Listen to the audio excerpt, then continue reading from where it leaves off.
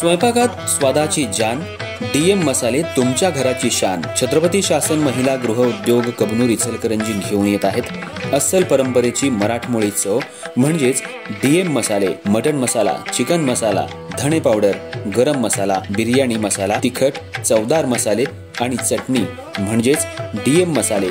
तर आजच आपल्या जेवणाची रंगत वाढवण्यासाठी केमिकल विरहित डीएम मसाले, गृहिणींच्या मनातले मसाले आणि चटणी अवश्य वापरा।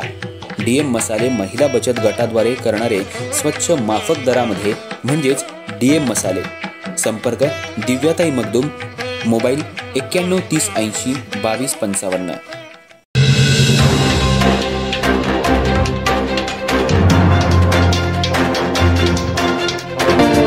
नमस्कार, मी तेजस्विनी मगदूम। एम मराठीमध्ये आपल्या सर्वांचं स्वागत आहे। पाहूया ठळक घडामोडी। इचलकरंजी शहरातल्या राष्ट्रवादी अजित पवार गटाचे प्रदेश चिटणीस विठ्ठल चोपडे लवकरच भाजपचा झेंडा हाती घेणार आहेत। राष्ट्रवादीच्या पदाधिकारी निवड प्रक्रियेत विठ्ठल चोपडे यांना अजित पवार यांनी डावललं होतं, त्यामुळे कार्यकर्त्यांची बैठक घेऊन लवकरच निर्णय घेणार असल्याचं विठ्ठल चोपडे यांनी सांगितलंय। इचलकरंजी शहरामध्ये राष्ट्रवादी वाढवण्यासाठी विठ्ठल चोपडे यांनी मोठे परिश्रम घेतलेत। शरद पवार, अजित पवार एकत्र असताना राष्ट्रवादी पक्षाचे नगरसेवक निवडून आणण्यात विठ्ठल चोपडे यांचा मोठा वाटा होता। पण गेल्या काही वर्षांपूर्वी शरद पवारांना सोडून अजित पवार यांनी स्वतःचा पक्ष काढला आणि महायुतीमध्ये सामील झाले। त्यावेळी विठ्ठल चोपडे यांनी अजित पवार यांची साथ दिली। इचलकरंजी शहरात राष्ट्रवादी अजित पवार गटाचं अस्तित्व नव्हतं। त्यावेळी विठ्ठल चोपडे यांनी अजित पवार गटाला मोठा दिलासा देत पक्ष बळकट केला होता।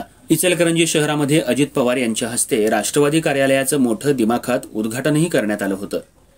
हे विठ्ठल चोपडे यांनी स्वतःच्या हिमतीवर राष्ट्रवादी कार्यालय उभारलं होतं। जिल्ह्याचे नेते हसन मुश्रीफ यांनी पाण्याच्या संदर्भात रक्ताचे पाट वाहतील असं वक्तव्य केलं होतं। त्यावेळी त्यांना शहरामध्ये प्रवेश नव्हता। त्यावेळी विठ्ठल चोपडे यांनी नागरिकांचा रोष पत्करून इचलकरंजी शहरामध्ये हसन मुश्रीफ यांचे कार्यक्रम घेतले होते। पण राष्ट्रवादीशी एकनिष्ठ राहिलेले विठ्ठल चोपडे यांना पक्षानं चांगलंच फळ दिले। गेल्या काही दिवसांपूर्वी राज्याच्या जिल्ह्याच्या निवडी होत असताना शहरातल्या जांभळे गटाला मोठं पद दिलं। त्यामुळे विठ्ठल चोपडे यांच्या गटामध्ये मोठी नाराजी होती। त्यामुळे विठ्ठल चोपडे यांनी खासदार धनंजय महाडिक यांची भेट घेऊन लवकरच भाजपमध्ये जाण्याची चर्चा केली आहे। तसंच मुख्यमंत्री देवेंद्र फडणवीस यांची लवकरच भेट घेऊन पक्षप्रवेशही होणार अशी चर्चा सध्या होऊ लागली आहे। विठ्ठल चोपडे यांनी कार्यकर्त्यांशी संपर्क साधून लवकरच निर्णय घेतला जाईल असं सांगितलंय। येत्या काळात लवकरच चिन्ह बदललेलं दिसेल असे संकेतही विठ्ठल चोपडे यांनी दिलेत।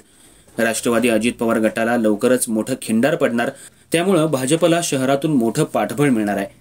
विठ्ठल चोपडे यांच्याबरोबर 10 ते 12 नगरसेवक भाजपमध्ये प्रवेश करणार असल्याची माहिती सध्या मिळत आहे।